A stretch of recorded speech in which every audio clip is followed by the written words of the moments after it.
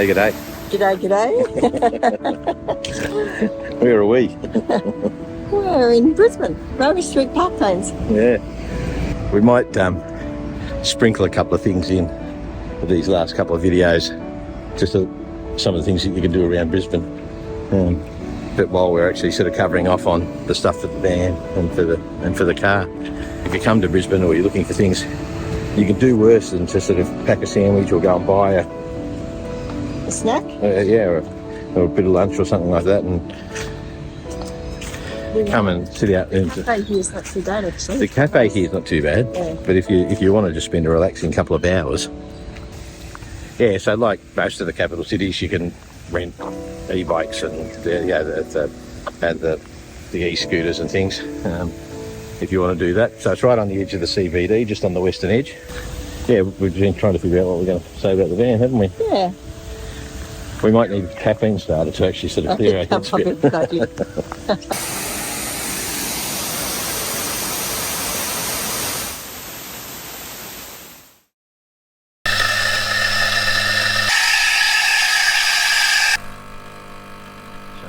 G'day, g'day. Hey, g'day. But we've already said that. We said that down at the park. We walked home and then it's been raining. Yep. We've had to come inside. Anyway, all good. So we've been putting off this van wrap up, haven't we? Because I suppose we've covered off on the van a few times now. So if you go back and have a look, we did a little tiny bit of stuff when we first picked it up, but you'll probably recall that we just didn't feel qualified to talk about the van and what's good and what's not. So it was several months down the track before we did a little bit. I think we did a 12-month van review. So we've covered a lot of this stuff already. Yep. So this video, I think, really is just about filling in the gaps, talk about how it all finished up and how we felt about the van overall. We just can't do the influencer thing. We can't hold you in suspense and do the pros and the cons and then weigh it up at the end. No. So we've actually been very happy with our zone. Very happy. Base. Very happy. And it really did all the things that we wanted it to do. But like always, there are some things that you've got to consider, isn't there? Yeah. You know, so there are some things which were really, really, really good. There are a couple of things which sort of frustrated us from time to time, but they weren't, the more we've discussed it, they really didn't actually hold us up, did they? No.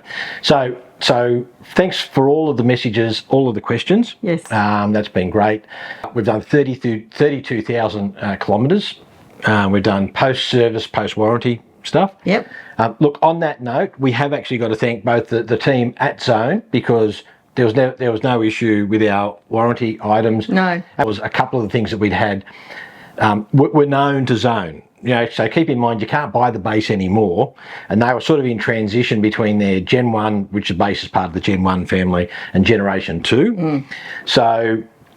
So I think in some respects they've addressed some of those. Yeah.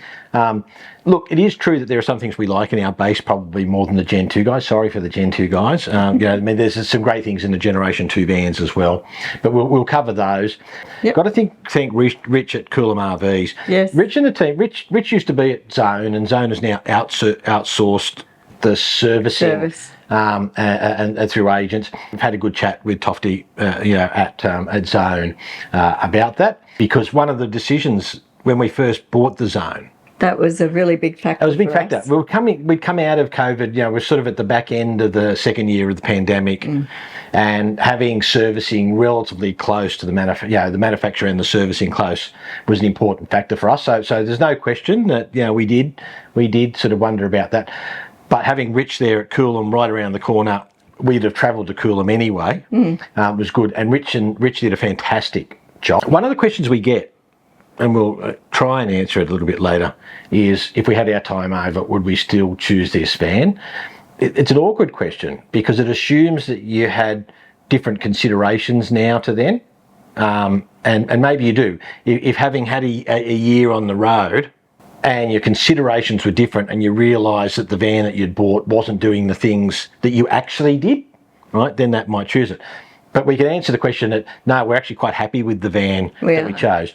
But, and there's a big but, there's a big but, if we were to buy a new van, and there's no hint in that, right? don't get ahead of the decision-making cycle, but if we were to look at a new van or what we do in the future, we've learnt more about what we like doing, haven't we? We have Right. what we like doing and how much space we actually need. And how much space we need, and whether we can get that extra bit further into some of the remote locations and all those sorts of things. So the van did a mighty job getting us into some places, but we're actually been very happy with the van, and especially since now those little warranty niggles are fixed. We feel like we've got a nice new van again, haven't we? Yeah, which is just lovely. We like our zone. We're very happy with our decision. You know, we've been pleased by the response we've had from Zone on things, but we just appreciate that other people will make decisions for different reasons. Yeah. Just a comment from me, from a first-time van person. I felt very secure in the van. It was really good. Didn't have any concerns at all, and I did spend a night by myself. It was fine. I was actually at Coburn, wasn't it, when I got stuck up at Thread Bay, and it was really good. I felt very safe, and that was my little home. It was really good. And when we're towing, the other thing I really noticed is you really don't know that the van's there. Yeah, and I think that's a really important point. We were first-time van owners, right? And it sort of became our little sanctuary, didn't it? Our little bolt hole. But I think we always felt safe. And one of the common questions we get from people is about free camping and getting around. And I don't know that we ever felt unsafe. No, if we thought anything was suspicious, we just moved on anyway, and that only happened a couple of times. Yeah, but one of the good things about the zones, and we noticed it because we saw people with other vans, even quite good vans, so no issue about the vans, but they always looked like they were jailers with like 1,000 keys around their necks and all those sorts of things, because every hatch, every tunnel boot, every door, every window, everything all had separate keys. Yeah. And in the zone, that's not the case. So in the base, they're the 3 keys, right? So the door, every other hatch is that. And in our case with the base, because of the particular toolbox they used, that had a separate key. So very, very, very few keys.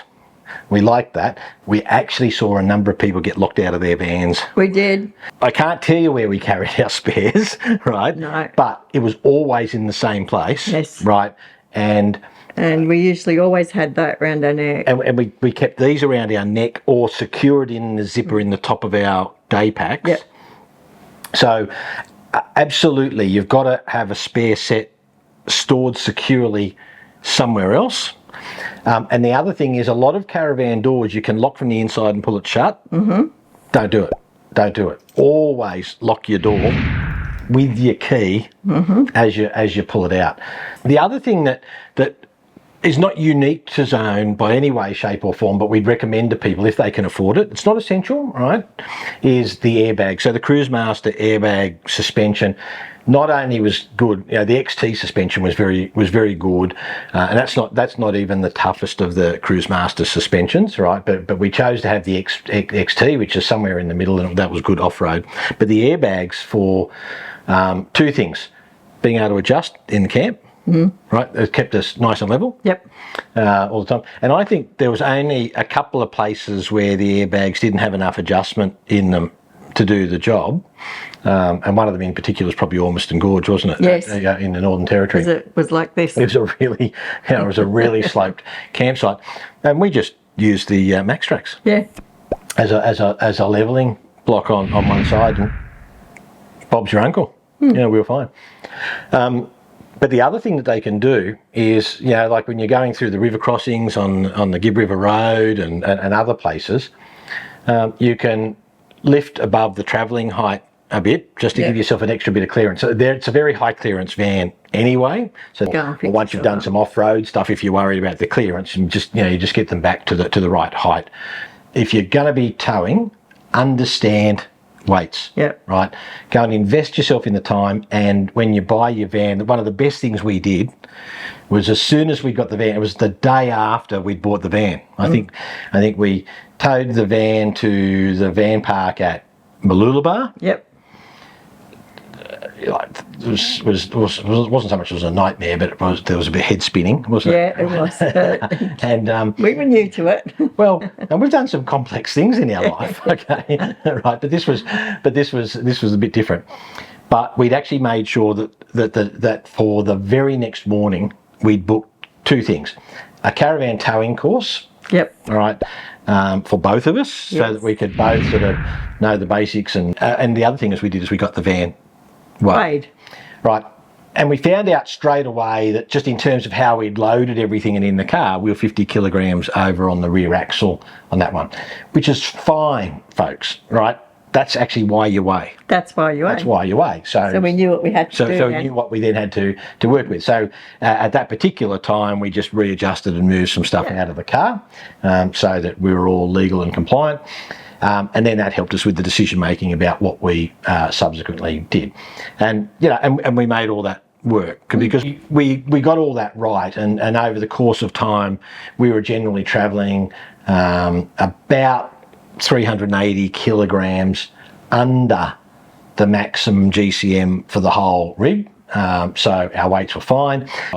We were about 40 kilograms under the GM. So the rig was fine. The rig was actually great, so that worked. The van and zone vans are exceptionally stable. So towing was very good. But we did have the ESC kick in three times. And at no stage was that ever about the inherent stability of the rig. When we had some severe crosswinds, so they were like 60 kilometre an hour crosswinds in Tasmania, we had some significant crosswinds across and headwinds, I might add, at some stages on the Nullarbor Plain. And when it was big gusts, there was a couple of occasions where the ESC just straightened everything up. And apart from going, like what was that? You never felt that it was unstable. No. So on that note, we chose to have drum brakes on the car, and discs are more and more common, and more people are choosing discs. But we chose drums because that was the only combination you could have with the electronic stability control. And on reflection, I'm actually glad that we did that. I think it helped us with the confidence that we were doing, because we did have the couple of occasions where it engaged with the crosswinds. It just gave us that extra bit of security. And then, but more and more, we actually knew how the rig drove. Right. Would we need the ESC now, or would we consider discs? We might now, because we've got a lot of confidence that the van is inherently stable. Yep. Right. And the rig is inherently stable. Okay, so we might not consider the electronic stability control. But I would say this: just be careful on that decision, because some insurers give you a discount. Yes. For ESC, and if you're new, you might, like we were, want the security of it. And yes, you'll hear all sorts of stories about drums get full of dust, and they get, all sorts of other issues. They've just got to be adjusted when you do your services and all those sorts of things. And we went through some dusty stuff and some bull dust and some water and some mud and all that sort of stuff, and we never really had that problem. And in fact, the only time we ever had any problems with the drum brakes was when one of them came out of adjustment, and it did bite a little bit, when we were slowing down, on things like the Nullarbor. So the drums were fine. So in line with the safety stuff, we weren't just safe, we were always comfortable, weren't we? Yeah. And we don't just mean comfortable on the bed. The bed was good. Oh, the bed was great. Yeah. And I'll get Paula to talk about the bolster in a second. But we're always dry, weren't we? Yeah, always dry. And we got to test it, didn't we? Lots of times. Yeah. Rain, storm, even a little bit of hail. Yep. At various stages. So that was good. In the cold weather. Yep. It was warm. Yep. And we had the gas, and we had the gas heater, and I think that increasingly Zone are going to the diesel heaters. Well, they've gone gasless anyway. The van was well insulated, and no dust. No dust. No dust. Look, one of the things that Zone take great pride on is keeping the dust out, and there's a couple of measures, but essentially they try to keep it sealed. Right, so they don't use the caravan or the fan, the pressure-based systems.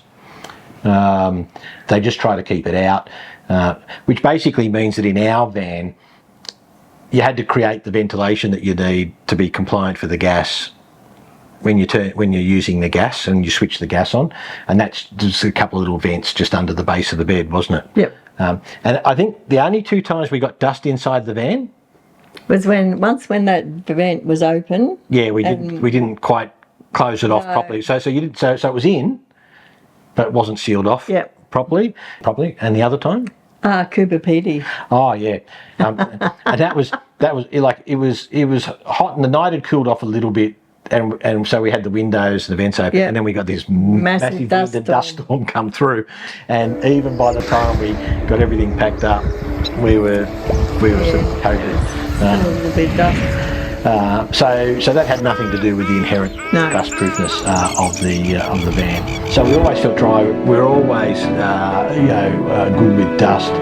When it needed to be cool, we could lock it up, put the air conditioner on for a period of time, and we always sort of felt cool enough in it. And that was only rare that we needed to do that. We were comfortable also in the bed. The bed was extremely comfortable. One of the other questions we quite often get, we've covered it before, right, is the bolster. We have no problem with having the bolster. No, we didn't find it a problem at all. In fact, I used to like sitting up on the bed at night reading or crocheting or something and using it like a little day bed. Yeah, and especially sometimes when I was editing. Yeah. Right, so I'd spread myself out on the table, and Paula was just getting herself comfortable. Yep. And that's actually sort of in the morning. She was a bit of a princess. She had to have her coffee in bed, so she'd prop herself up with the bolster and get the coffee in bed. Mods and hacks. I think check out some of the previous videos, on the mods and hacks. But very quickly we'll go through. You've got to have fusion lock in the bathroom, for around the sinks, in the kitchen, as spice racks and all those sorts of things, and they don't come off. No, they've been everywhere. Gibb River Road, up to the Cape. Didn't move. Yeah, they don't come off. I think the other thing that you did, you went to Howard Storage World, didn't you? So, yes. Rather than have extra shelves put in the cupboards, yes, you got those storage containers from Howard Storage World. Yep, I did. Yeah, and we showed those, didn't we? In one of the things, but they were we used those everywhere, and including we had all of our plates and cups and things in them. Yeah.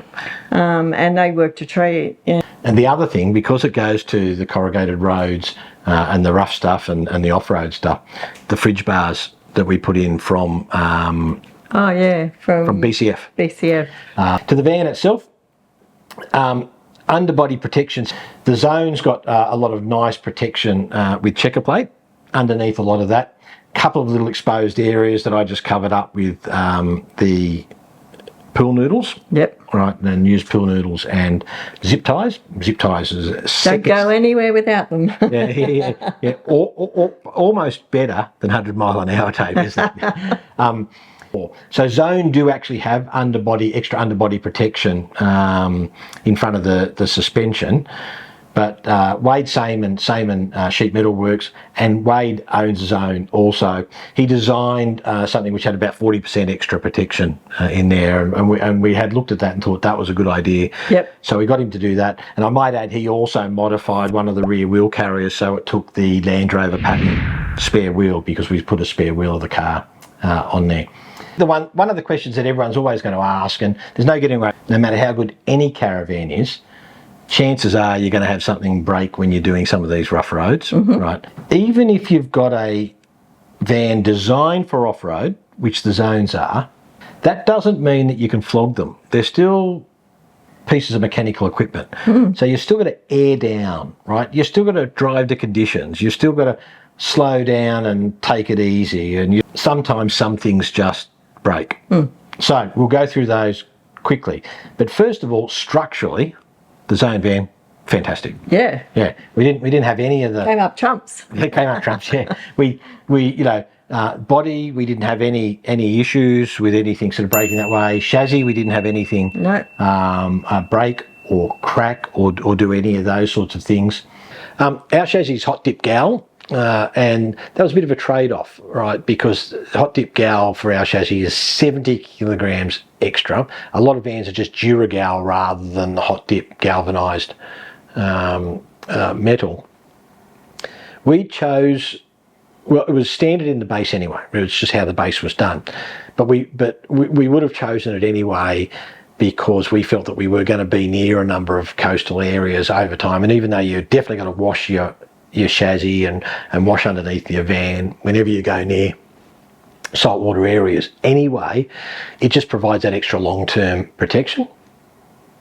But if you don't think you're going to be spending much time on beaches or in saltwater areas, then you might actually contemplate whether you need hot dip gal, depending on what the options are for your particular van manufacturer. We did have some problems with the Truma gas hot water system. So we had a couple. The hot water non-return valve got a leak. The other thing which happened with the hot water system is that the backing plate for the controller on the wall cracked. When we took the van in to get service for the warranty items, even though we were going to have to deal with Truma on that, and they sent a backing plate out to us, right? So they did send a backing plate out to us. Rich at Coolum RVs had a different way of fixing that up for us, and he fixed all that up for us. It's all nice and very close to the end of our trip. It just stopped igniting, didn't it? Yeah. It just wouldn't ignite. So it would work on electricity, but it wouldn't work on the gas. And again, when we ran Truma, they just indicated they felt that it was a pressure problem in the gas system in the van, right? And as it worked out, again, Rich at Coolum RV, who is a gas fitter, he checked all that for us, and we updated the gas certification anyway. So that had to be done anyway. But it wasn't the gas pressure at all, right? It was actually the fitting of the hose, the exhaust hose and the air intake hose, and there was some damage inside the hose, so we could never have seen that. So he fixed that for us. The large stove hob didn't work after a while, did it? No, we had in the gas hob. No, it didn't want to work. It didn't want to work. It wouldn't stay on. The other hobs would stay ignited, so there was no problem with the gas, but it just wouldn't work. As it worked out, it was the flame out device. It was part of the igniter. The solder had just cracked, and that was just obviously just with the wear and tear of the corrugations. So again, Rich fixed that for us. Yep. You might have seen that we'd had a problem and a leak in the accumulator in the plumbing for under the sink. Yeah, the actual accumulator leaks just through the housing, just with the pressure, even when you're hooked on to the water at caravan parks and town water pressure, and even when you turned the pressure right down, it was still leaking, wasn't it? But they actually approved having that bypassed under warranty. So and it was a job that we could have done, to be honest. Yeah. But we just didn't want to do it while it was still in warranty. Yeah, well, it's still under warranty. Door and drawer finishing. In one of the earlier episodes, you'd actually see I never particularly liked the plastic catches. Not much we can do about it. That's what's in the van. So a couple of those have had to be replaced. And just because you're on composite and the way it's bonded on composite, we did have a problem with a couple of the doors flexing. Yeah.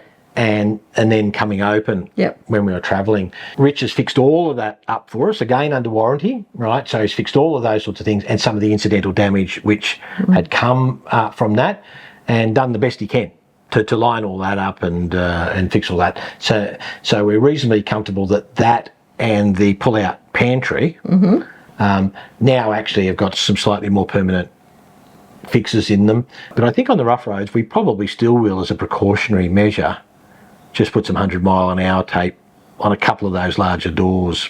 Yeah, just to be certain. Yeah. One of the more notable things, though, which wasn't so good, was that the floor of the cabinet under the sink. So it's not structural, but it was the cabinetry floor, which is all made of composite, actually got a crack in it. And somebody had told us on the Cape, hadn't they? Yes. We'd walked up with someone on the Cape and they said, go and have a check of that, because there's been some reports that the composite veneer has cracked in that particular place. And then when we pulled it out, sure enough, there was the crack. Those guys were fine. Yeah. They said, look, when we're now aware, and the base is no longer being made, that some of them did do that, right? And they got they approved for Rich to fix that up, and it looks really neat, and it actually looks stronger what they've actually done. So they actually repaired the crack, and they've put just another layer of the composite board underneath, and I was surprised at how good and neat it actually looked. Likewise, we'd heard from the Lifestyle Pioneer guys when they had some stuff looked at, that there was some cracking on the bed base. On the bed base. And again, it's where things flex. And we had some minor cracking when we looked at it right towards the end. We had never noticed it. We'd kept an eye out, but it was right at the end. And where these fixings were, just some little surface cracks started to appear. Now, we had actually asked the Zone service team at the time, before we left on the lap, we just said, look, there'd been this report. Our van hasn't done it, right? But can you cover under warranty getting those bits just strengthened a bit, because we're going to be doing some of those similar places. And the team at the time had actually said, well, no, because it's not broken, but if it breaks, we'll fix it. That probably wasn't the best answer, and as it worked out, it did break. It did. Well, it did break. It didn't break. They cracked, and they had a known fix. And again, Rich said, "Yep, we know exactly how to do this." And they put some additional reinforcing around the top of the bed base and in those corners, and it actually looks like I bought one. So they've actually done. Paul hasn't. I haven't seen it yet because I had to pick up the van and go and bring it back. You'd actually have some things break in the fridge. Oh yes, we did, in the Bushman fridge. In the Bushman fridge. Right, now, the Bushman fridge has been fantastic. The only criticism of the Bushman fridge is that you can only get the freezer down to a temperature which is probably more about -12 or -14. And if you like your ice cream, it won't keep your ice cream frozen. Oh, you poor thing. and we like our frozen croissants that we put in the oven. Oh, and yeah. if you put those to the front, they didn't stay No. frozen. Now, there's a first world problem, right? That when you're out there camping and doing the trip, that you can't keep your croissants frozen. But if you put them back in the fridge, further in the freezer, they're fine. Right? Yes. But that's not even a criticism. That's just the functionality of having camping fridges. So when we got back, we contacted Bushman and said, "Oh, we've had this problem." They went, "No problem, right? Send us the photos of it so we know that we've got the right shelf. We'll replace those for you. No problems at all. You're all within warranty. Happy to do it." We sent them the photos, and then they said, "Oh, you've got the old rails which are just painted. We don't like those because they rust. We've got new stainless steel ones. Do you want us to send those out to you as well?" And we're thinking, wow, great service. So they got this stuff to us really fast. Oh yeah, very quick. So thumbs up to the Bushman guys. Yeah, they did really well. The DC to DC charger. Oh yeah, really early on. Yeah. Well, it was with the Flinders Rangers, wasn't it? Right. We were driving to the Flinders Rangers and we couldn't get charge in from the car. And we were out in the middle of Whoop. And so we put a call out to various people who sort of know a little bit more about van electrics than we did, and we checked all sorts of things. And I've got to say, the Enerdrive guys were absolutely fantastic. They were excellent. Yeah. And one of the guys from Enerdrive is actually on the Zone Owners Forum. And to his great credit, he came in, it was quite early in the day, and he actually said, we'll help you out with that. We don't know what it is yet, but give us a call in 2 hours when we're in at work. Yeah. Right. And we had to drive to the next town on our way to the Flinders Rangers. And the Enerdrive guys got us to send some video as we went through some of the menu items on the DC to DC. But once we'd sent all that through to them, they came back really quickly and said, guys, no, the unit has clearly failed. It shouldn't be doing what it's doing on that screen. So no problems, we'll replace it for you. But the only challenge is we were coming into Easter. Yes. Right. We were out in the Flinders Ranges, and there was nowhere essentially between there and Perth that they were going to be able to get a unit in time. So we just lived without it for a month, didn't we? Yeah, we did. So we had no car charging, so we had to rely purely on the solar. We did okay. We did well, and I'll talk about that separately, and Paula will get bored. We were conscious of it, but we did okay. And Paula will get bored with that bit when I start talking about solar panels and all that sort of stuff. So one of the other things which we had a manual trailer jack on the van. and it was not very good quality at all, right? So it's probably one of the few disappointing things about the Zone van, and it broke just after the Gibb River Road. It only had a 12-month warranty on it, so Zone wouldn't replace that. And they recommended that we went to the Blackjack, and they have a Blackjack equivalent that they're using in their vans. And we'd weighed up between the Blackjack and the Boz. And the Boz you just use with your drill, but it's well geared. And the Blackjack, of course, is an electrical jack. Between what was available and what could get to us, and the fact that we had this recommendation, we went with the Blackjack. But we didn't have it hardwired in. It was just using the Anderson plug that plugged into the Anderson plug on the car when we were jacking up and down. And I hated that. I absolutely hated that. It was just another fiddly step that you had to do. And in fairness, I think if I had my time over, I would go the Boz. It is reasonably heavy. It fitted relatively well. I had to do some minor modifications to where it fixed to the chassis. But this extra action when you're hitching and unhitching of having to plug in an Anderson plug. But when we got the van serviced, we spoke to Rich. He said, look, we'll get it wired for you, and it cost me $350 to get it wired in.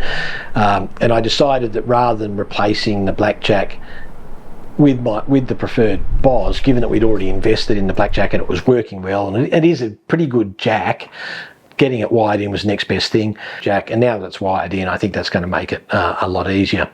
So that sounds like a long list, but that was over a 12-month period. Yep. And some really rough stuff. Yep.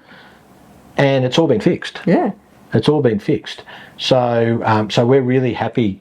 Overall, it's been quite a positive experience. Overall, it's been an exceptionally positive experience. I mean, the van has done all the things we've asked of it, and more, because we didn't know, did we? No.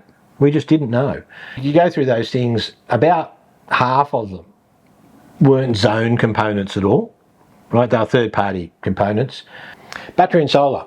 So we've been very happy with the 400 amp hours of battery and the 720 solar. Probably would have preferred to have one extra panel, so to get us over 800 solar, which would have been which is a better combination on the basis that it's better to have about 2 times the wattage in solar, so that you can recharge in reasonable time frame each amp hour of battery that you've got. So for our 400 amp hours of battery, ideally 800 solar. We had 720 on the van, and we also had a 200 watt solar blanket for most of the time. There was a small period of time where one had failed and we had to get another one.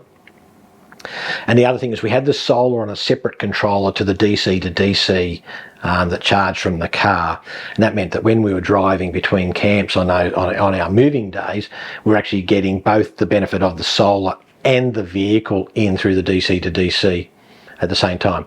And if you're new to vanning and those sorts of things, you probably don't realise that, but your DC to DC controller, if that's the only controller that you've got in your van, which in many cases is fine, right? So it's not a problem, but it will choose the better of the two sources, which invariably will be the car when you're travelling.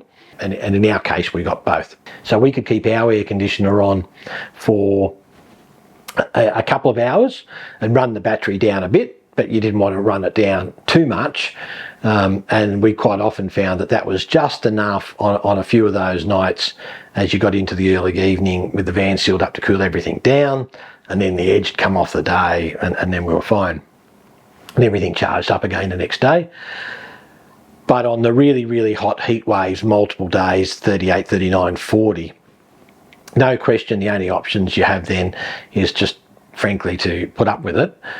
Or, you know, like we did in Kings Canyon, we went a day early to Kings Canyon and we pulled up at the van park, the Discovery Resort there, and we were plugging in anyway, and we were able to do that. So some of the Zone buyers increasingly want to be able to use their air conditioners longer off-grid, and that means you need more battery, right? So there's an expense and a weight trade-off in all of that, but that's why they explain it. So for dust management, and because their market is asking them to do that. But, you know, we don't sell for Zoned. In fact, they've actually dealt with us very well. But a lot of people don't have zone caravans and they have other brands. But people ask us, and particularly first-time van owners, how much they need. All we can do is point to our experience. And for a lap, we actually found that the 400 amp hours and the 720 watts, but having the gas system, we found that the best combination for us. The thing that's going to stop you from being off-grid for longer periods of time, though, isn't your battery and solar, right? It's your water, right? So that's the lowest common denominator. Now, we had 3 tanks. We could carry about 270 litres.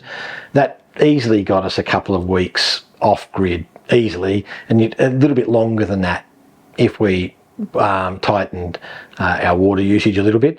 And keep in mind that, you know, you're not taking long, luxurious, hot showers all the time. You know, you're using your hot water, you know, you're rinsing, you're soaping, rinsing off, turning the tap off, preserving it, and you've only got a small water capacity in your gas hot water system anyway.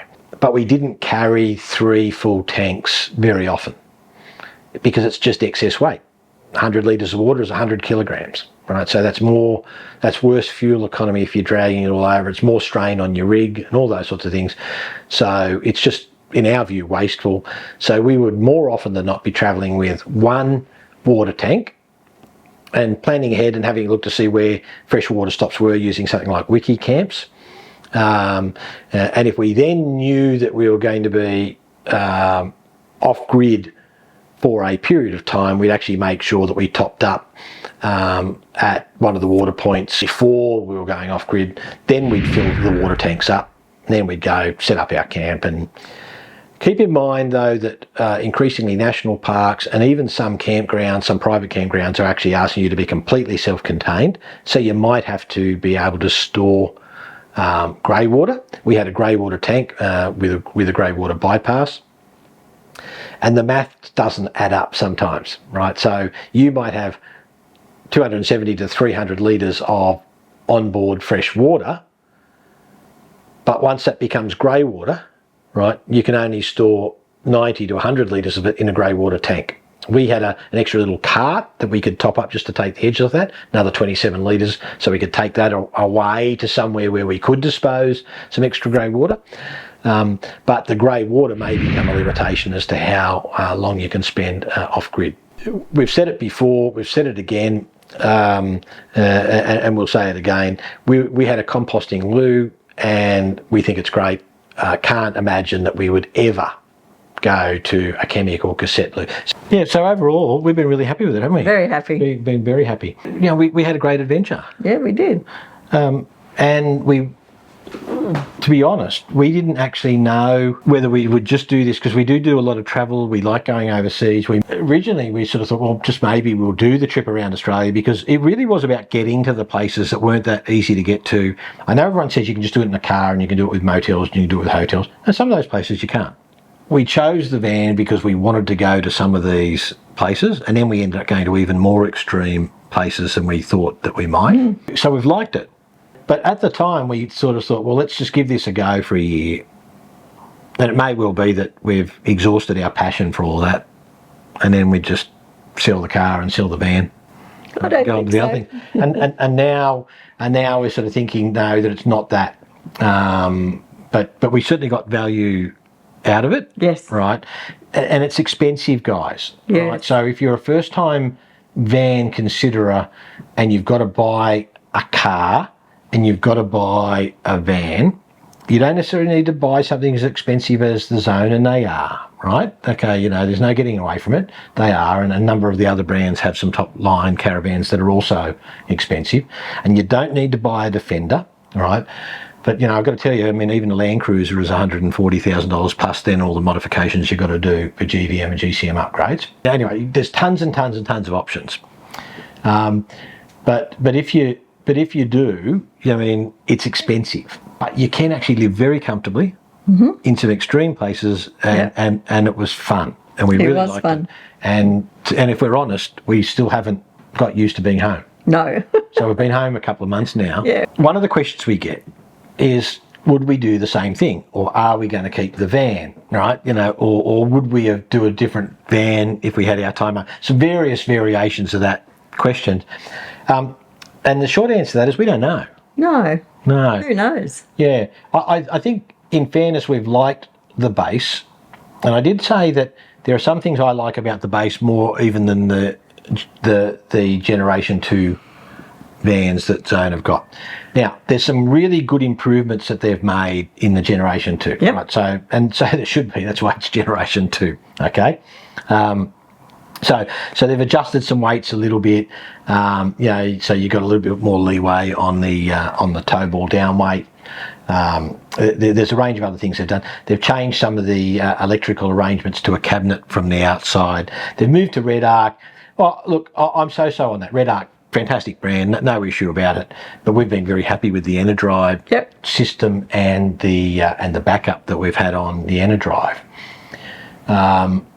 We certainly like the price point of the base, right? Which at the time was still expensive, but better.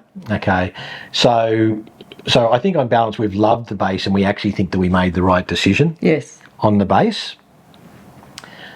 But even then, I think the number one question we've actually got is not would we go bigger, or do we need more comfort, or even more luxury, because it's been quite right for all that. Is there something out there that can take us even tighter, even further, even narrower, but without losing too much of that comfort? Without losing too much of that comfort.